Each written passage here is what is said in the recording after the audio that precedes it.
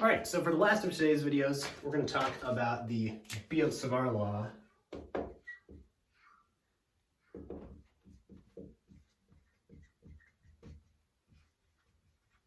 which is named after some French scientists. So the Biot-Savart law tells us the magnetic field of a point charge. And we will be able to use it to also figure out the B field of a current as well momentarily. So we cannot derive this equation from other things. We just kind of have to start with it, kind of like how we did Coulomb's law before. And so the equation is this. For a point charge,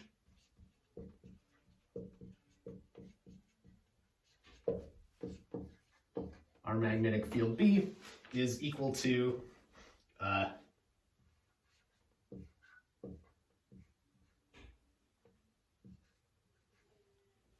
QV cross R hat over R squared with some constants in front. So we're going to go through each piece of this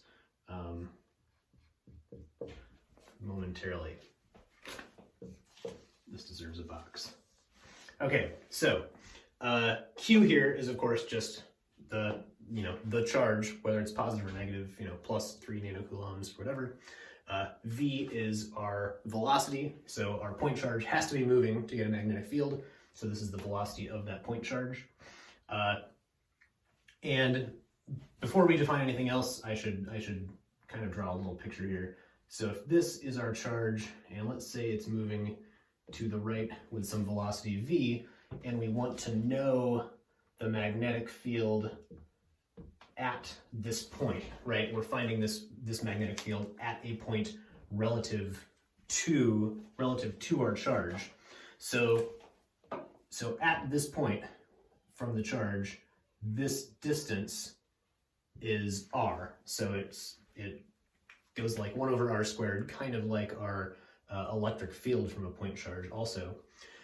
This R hat is the direction from the charge to the point we're interested in. So, we can think of this whole thing as being some vector R that has a magnitude, a magnitude of that length in meters, and, the unit vector is pointing in that same direction. It just doesn't contribute any units or magnitude in the top. It's just that directionality. Okay, so we have Q, we have V, we have R hat, we have R. 4 pi we know. Mu naught here is a new constant. It is kind of the counterpart to epsilon naught in our magnetic field equations. So mu naught is the so-called permeability constant, also called the permeability of free space, and it is equal to 4 pi times 10 to the minus 7, and the units are Tesla meters per amp.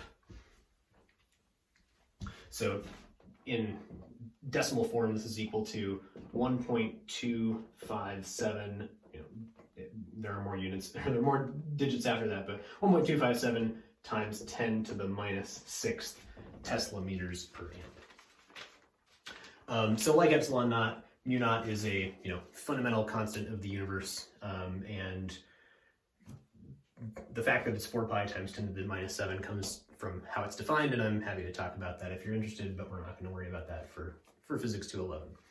Okay, so this is now enough for us to figure out the magnetic field at any point near any point charge, and also, if we had more than one point charge moving, we could find a bunch of individual magnetic fields and then add them together by superposition to find the total magnetic field at that point. Yes, let's erase this. So this QV cross R tells us the direction. So let's work a little bit with that. Let's just do a couple little examples. So if I have a point charge, we'll just draw this positive point charge moving to the right again. because that's easy. So if I have this positive point charge moving to the right, and I want to know what the magnetic field is here, well, we can plug our numbers in, right? If we know this distance, we can plug in numbers for r, and then we have, you know, q and v, and we can figure out the magnitude of that expression. The direction then we have to figure out from the right-hand rule. So that was qv cross r. So remember, r now is the vector like this. So if q is positive, then q times v is in the same direction as v. qv cross r hat is going to be into the board then. So that means my magnetic field at this point is going to be into the board, and I can draw that like this. So at this point, my magnetic field from this moving charge is into the board. That's going to be true at, you know, all of the points on this side of the charge. These are all going to have magnetic fields that are into the board. If we use an R up here, so if we have an R like that, then QV cross R is now out of the board. So up here, at these points, we have a magnetic field pointing out of the board. And lastly, remember our mu naught over 4 pi QV cross R hat over R squared. So remember, these points have a bigger R than this point. And the effect of that is that these ones that are further away are going to have a weaker magnetic field than these points that are close. So these are stronger. These are also, this effect also happens because V cross R is the biggest if V is perpendicular to R, right? Because it's like the sine of the angle between them. So if V and R are perpendicular, that's like 90 degrees. So for this point, we have the sine of 90 degrees. For this point, not only do we have a bigger R, but we have, you know, V cross R of some different angle, right? And that is the sine of some smaller angle than 90 degrees, which is going to give us a number smaller than 1. So that also affects this. We can write a form for just the magnitude of our magnetic field from this, ignoring the direction part of it. So I'm going to modify this equation to write that down. So the magnitude of our B field is given by almost the same expression, where we have Q V sine theta, where we replace the cross product with Q V sine theta. Remember, it was R hat in the top, so the magnitude of R hat is just 1, and theta here is the angle between V and R. Okay, so the last thing I want to do is see what we get for a negative charge and show you one other thing that happens. We'll erase this. So if we have a negative charge moving to the right, so if we do exactly the same thing, and I'm just going to focus on this QV cross R hat part. If we want to know what the magnetic field is down here, well, we draw our R vector, right? And V cross R now, so this part, V cross R is dun, dun, into the board. So this has direction into the board. But our Q here is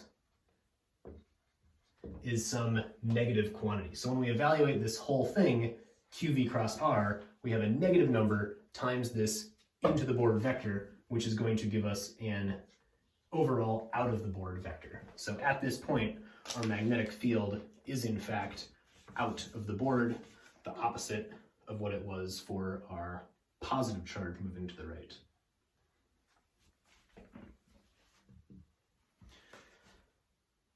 So it's not surprising that when we flip the sign from positive to negative, the direction of our magnetic field reverses, and in fact, it reverses for all of them. These are all into the board. These are all out of the board down here. And so it's up to you how you want to treat this in your cross products. So the way I like to think of this is, when we have this QV cross R hat that we're doing, I like to think of QV as one thing, right? So in this case, for the negative charge going to the right, QV is actually to the left, right? So QV is in the to the left direction because Q is negative and V is to the right. So then I have to the left cross R hat. So that would be something like this. So QV is to the left, R hat is still down and to the right, and my thumb then is pointing out of the board.